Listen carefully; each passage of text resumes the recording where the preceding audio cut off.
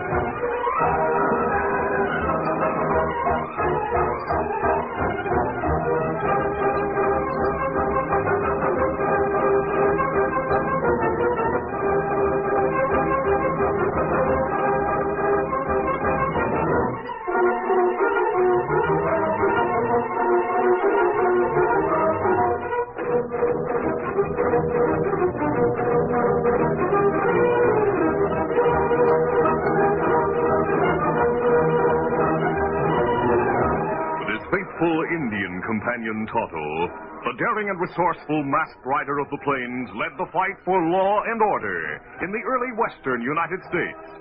Nowhere in the pages of history can one find a greater champion of justice. Return with us now to those thrilling days of yesteryear. From out of the past come the thundering hoofbeats of the great horse Silver. The Lone Ranger rides again. Come on, Silver. Let's go, big fellow. Hail, Silver! Away!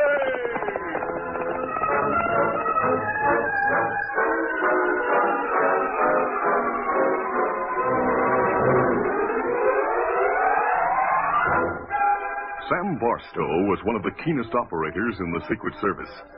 For some time, he had been trying to locate the source of counterfeit $10 bills. Finally, he was prepared to act on information that he had learned from many sources. He rode into Hub City, which nestled in a basin surrounded by craggy mountains, and drew rein in front of the Crystal Palace Cafe.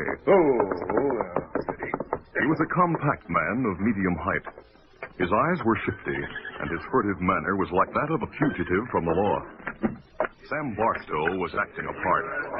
Inside the cafe, he glanced at the usual noonday crowd while he walked through the large room to the rear and entered the private office of the owner of the Crystal Palace, Durango Larson. A big, swarthy man was seated behind a desk. He looked up, scowling. Are you Durango Larson? Yes. For your information, men don't walk into my office without knocking. Who are you and what do you want? Here's my picture and a story about me. I clipped it from a newspaper. Sam Lane, huh? The law's looking for you. That's what it says. Escaped from the territorial prison. Well, Sheriff will be glad to know about this. I figured you wouldn't turn me in to the sheriff. Why'd you figure that? My cellmate in prison was a friend of yours. In fact, he worked for you. His name is Shady Blake. When he heard I was planning to escape, he told me to come here. He said you'd have a good job for me. Why'd you go to jail? That newspaper story tells all about me. Yeah, so it does. What did Blake tell you? He said you made a lot of money, and that you probably needed a man like me to take his place. Lay it on the line, Sam. Did Blake tell you I was a counterfeiter? Yes. He might have lied. He might have. You have no proof? No. If you just happened to be a government agent, you might figure it'd be smart to join my outfit to get evidence against me. Isn't that true? Any Secret Service man would give his scalp for a chance to get inside your It organization. would be a foolish move. I'd learn he was a federal man. That would be the end of him. He'd never have a chance to use his knowledge. If you think I'm an agent... I've made up my mind. You want a job? Meet me at the saddle shed behind this building in 1 hour. Thanks, Durango. If this newspaper article tells the truth, you'll make some money working for me. If you're a federal man with a phony story to win my confidence, I'll find it out before you have the chance to move against me. Is that clear? Yeah. I'll meet you in an hour.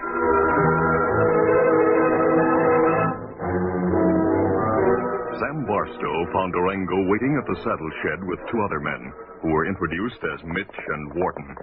The quartet rode out of town and across the level basin to one of the many canyons that crisscross the rugged mountains. After 30 minutes of travel through the canyon, Durango called a halt. Yeah, right there, Sam. The entrance to our tunnel. I see nothing but rocks and brushwood. It's well concealed. Here, follow me.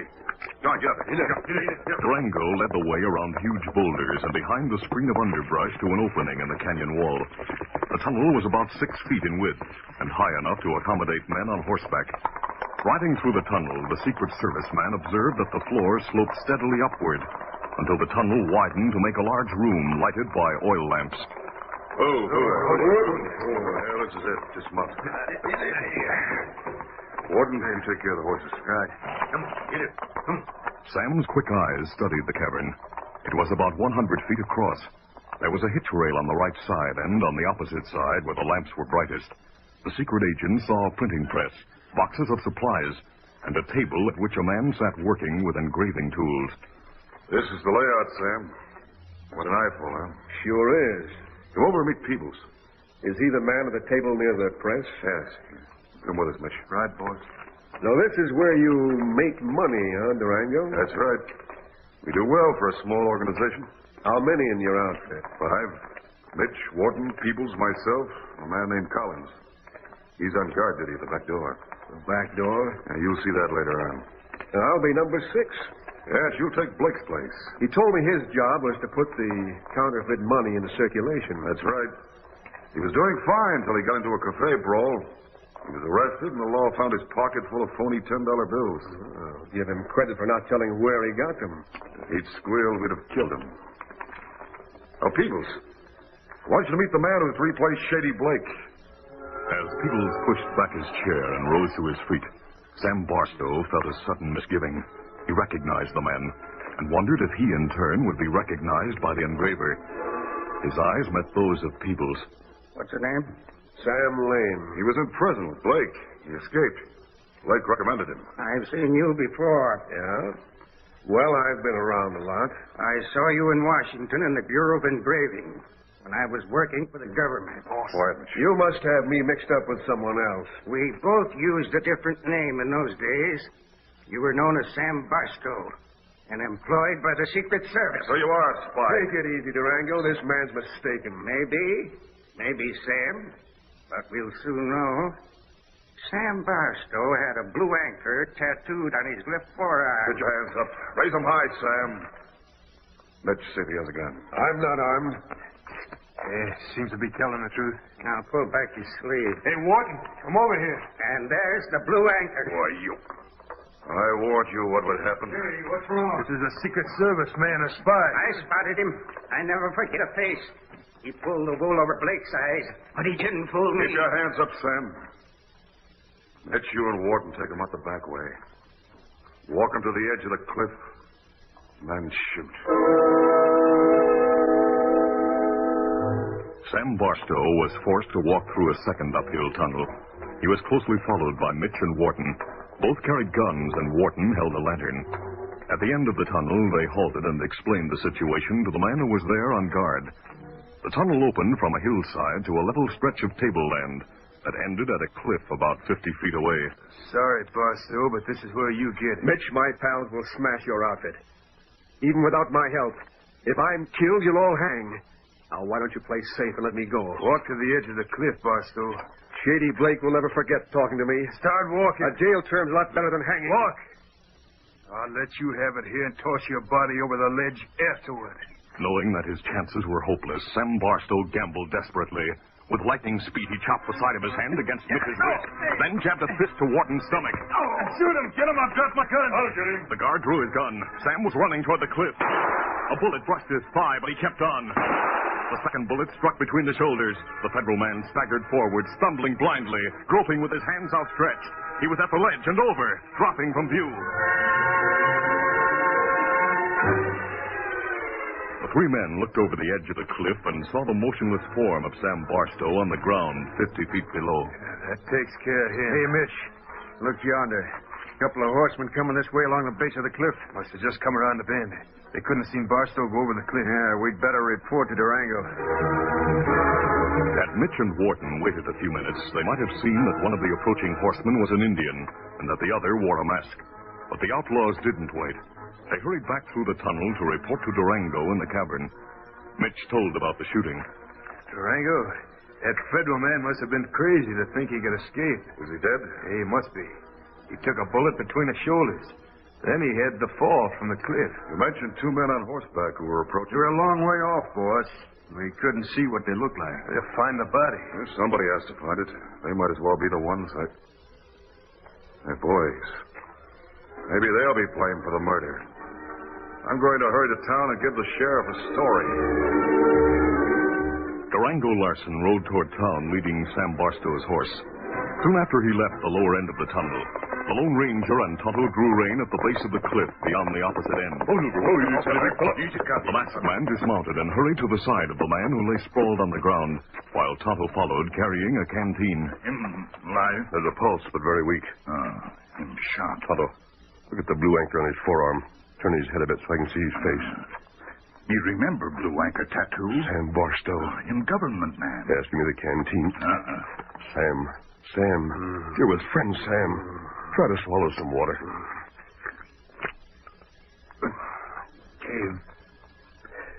Cave up above. Counterfeiters. I hear you, Sam. Never mind the wound, Tonto. Can't save him. Counterfeiters. I'm listening, Sam. Tell me all you can. For a moment, a spark of recognition came into the eyes of the Secret Service man.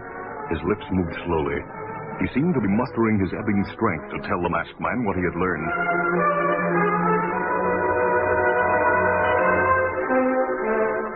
Meanwhile, Durango reached town. He went directly to the office of Sheriff Pomeroy and feigned excitement. I rode out of town a little while ago, Sheriff, with a couple of my friends. And a man who wanted to see the mountains. Yeah, I saw you leave, but why all excitement? Sam and I left Mitch and Wharton. The two of us rode beyond Ledge Mountain. Sam dismounted to study the ground. Guess he was interested in minerals or something. Suddenly there was gunfire. Sam was hit. His horse and mine were frightened. They both bolted. Luckily, I was in the saddle. Who did the shooting? Well, I saw two men riding toward us, but I didn't stay around to get a better look at them. I'm no hand at gunplay, you know. You'll come with me and I'll show you just what happened. What about Mitch and Wharton? I don't know anything about them. As I told you, Sam and I left them. The sheriff had no reason to doubt the story of a responsible citizen like Durango Larson. He saddled his horse at once and rode with Larson to the desolate country beyond the foot of the cliff. Presently, the two men rounded a bend, and Durango exclaimed, Sheriff, look, two horses. Yes, and two men. One of them's masked. They're the ones, Sheriff. They're still there. That Sam lying on the ground? Yes. Get your hands up. Reach high. I'm covering both of you. Sheriff, I'm glad you're here. Is that man dead? Yes. His heart stopped less than 5 minutes ago. Then you and the Indian are under arrest for murder.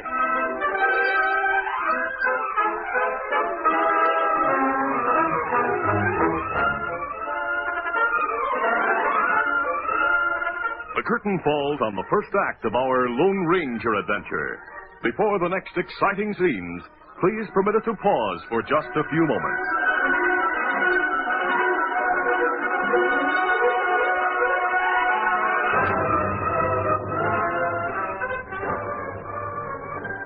Sam Barstow had clung tenaciously to life for some time. In painfully whispered words during brief moments of consciousness, he had told the Lone Ranger some of the things he had learned about the counterfeiting gang. The Secret Service man had been dead less than 5 minutes when Sheriff Pomeroy and Durango Larson arrived at the base of the cliff and accused the masked man and Tonto of murder. All right, both of you, keep your hands up. Disarm him, Durango. Oh, wait. Sheriff, do you think Tonto and I killed this man? Yes. You did. I saw you. Is your name Durango Larson? Yes. Where was this man when he was shot? Standing right here examining the cliff. All right, take your gun. Right, Sheriff. Then we'll unmask this hombre. As Durango stepped close, the Lone Ranger dropped his hands, grabbed Durango, and fairly threw him at the sheriff. The lawman staggered back. He couldn't fire without risk of hitting Durango. Then Tonto was upon him. Get got him. Yes. There, that does it. Now, you two are covered. Durango, you blamed fool. I moved too fast. You got between him and me. Here, Tonto, unload Durango's gun as well as the sheriff's. May fix him. Sheriff, Durango Larson lied, and the coroner will confirm it. When he sees the nature of the dead man's injuries, he'll tell you Sam Barstow either fell or was thrown from a high place. Probably the top of this cliff. That's not true. I told you the true facts, Sheriff. What'd you call that man? Sam Barstow. You'll find documents in his pocket to identify him as a member of the Secret Service. I could have told you that. He came from Washington to run down that masked man. Leave the guns on the ground, Tonto.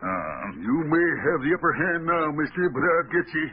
Sheriff, when you see Barstow's credentials, why not telegraph Washington and learn whether or not he came here to search for a masked man? I'll do that. And in the meantime, I'll swear in every man in town is a special deputy to hunt you down. Then we should meet again. Easy, steady. Look out, easy, fella. Come on.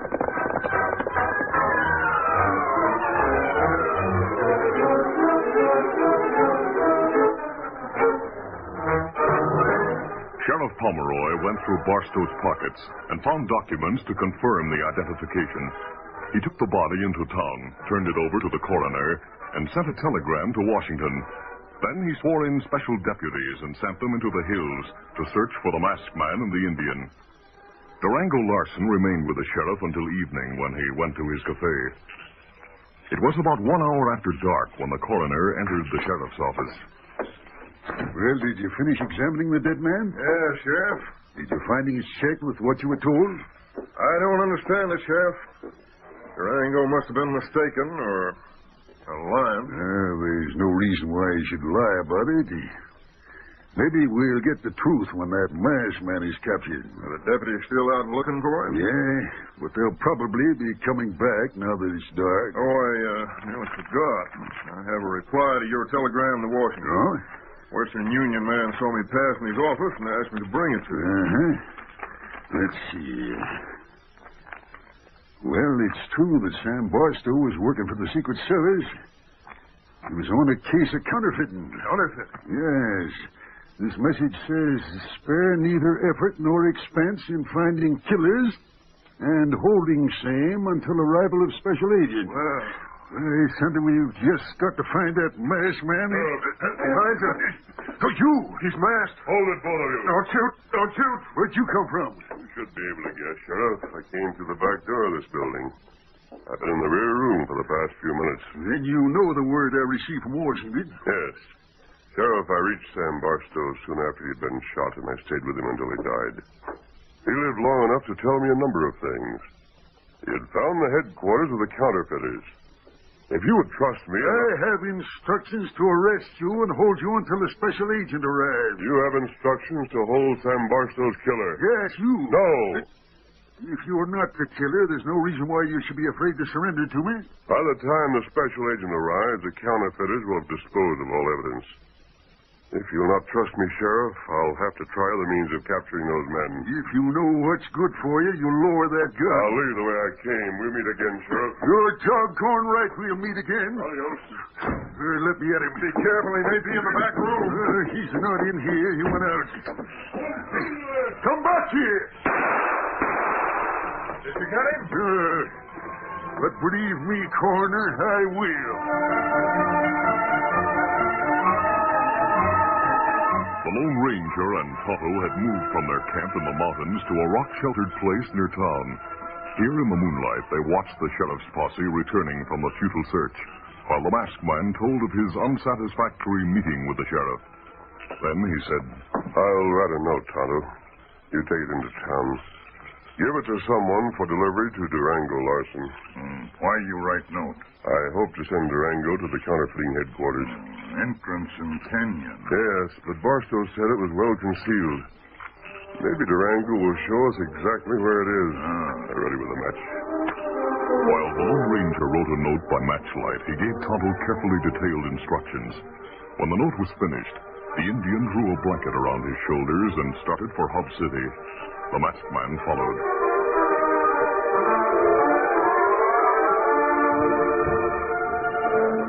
mid-evening, Durango's cafe was well filled.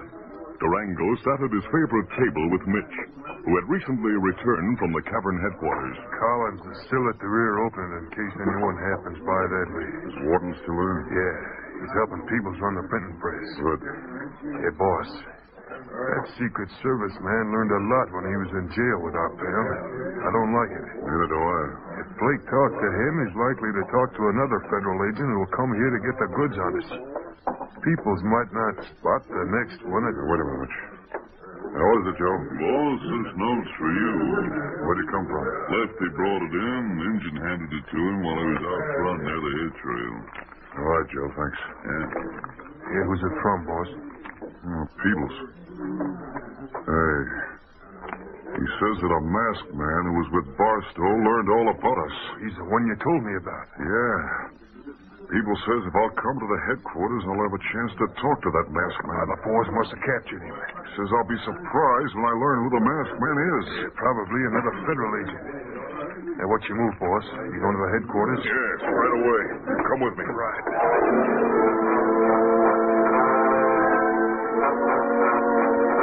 The Lone Ranger was watching from the darkness between two buildings across the road when Durango and Mitch rode away from the cafe. He saw Tonto set out to follow the counterfeiters at a distance. The masked man waited a carefully calculated number of seconds. Then he walked down the dark street, leading Silver to the lighted office of Sheriff Pomeroy. The horses of 8 special deputies were lined up in front of the sheriff's office. Though the Lone Ranger knew that the owners of the horses were inside, reporting to the lawman, he opened the front door boldly. Hey, look, the masked man. That's it, prisoner. For an instant, the Lone Ranger stood in the open door, acting like a man who had been stunned with surprise at finding so many men in the room. Then he stepped back and slammed the door. Get that man. All right, get after him. He's one we want. All right, get your horses. We'll catch him this time. Hit the settlers, boys. Get going. You stay here and watch the office, Pete. All right, Sheriff. I'll borrow your horse. Get up there.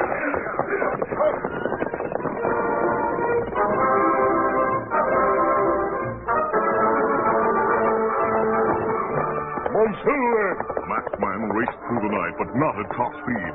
He held the great horse Silver partially in check, so the pursuing lawman could keep him in sight. He rode in a straight line across the open plain to the mouth of the canyon Barstow had described. He continued at the same pace until he came to Tonto, who was waiting. Oh, Silver. Oh, easy, steady, big fella. Easy. Lawman case you came us hunting? Yes, Tonto. The sheriff and his posse, just as we planned. Did you follow Durango and his pal? Me follow him. He's the entrance to cave. Oh, where is it? Right there. Back of rock and brush. Tonto, we'll charge into that cave with our guns ready. We'll have to risk a fight with Durango and his men. We go now? Not until the sheriff's men are closer and see where we go. We'll not have a chance unless they follow us. Lawman, start shooting. They're not likely to hit us firing from the saddle at that distance. Fellas in cave, hear us come. Them watch for us. That can't be helped. Lead the way, Tonto. Get 'em up, Scout. Come on, Silver.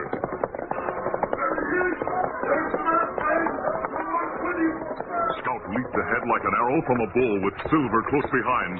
Tonto led the way around rocks and underbrush, then into the cave. Inside the dark tunnel, the Lone Ranger drew alongside Tonto and gave him a few words of instruction. The two prepared to dismount without breaking the horse's stride.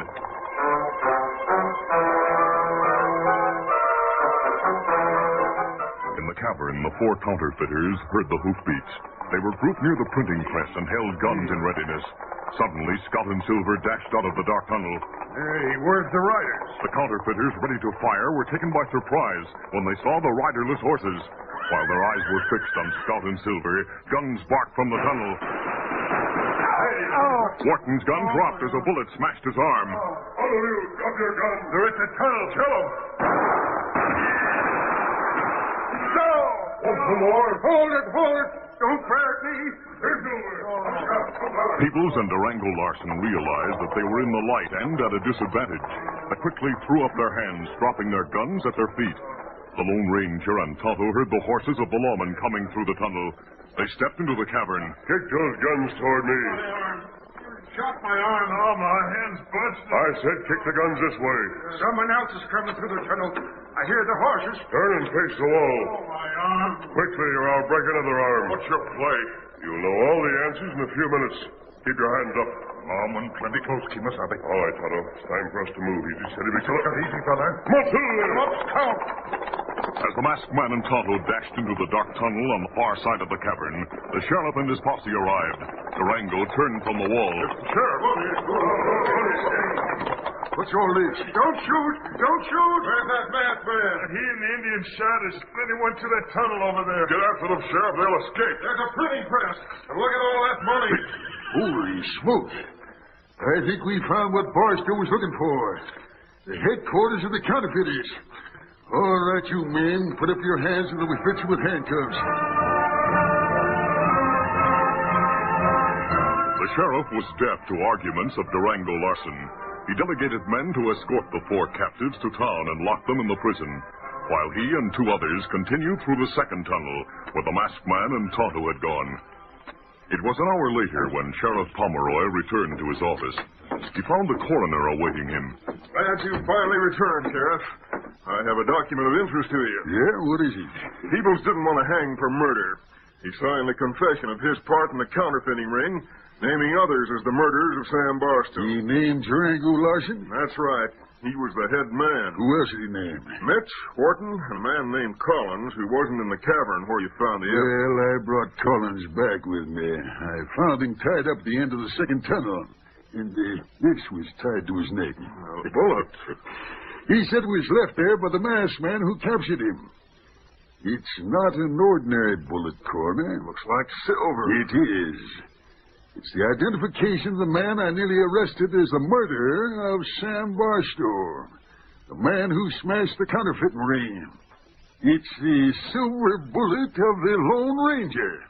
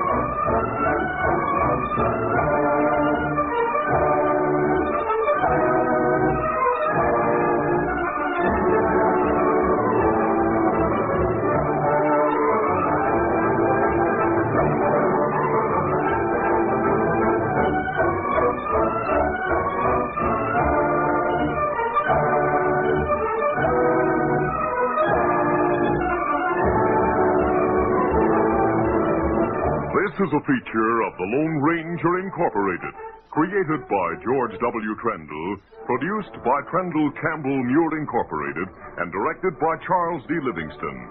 Tonight's drama was written by Fran Stryker.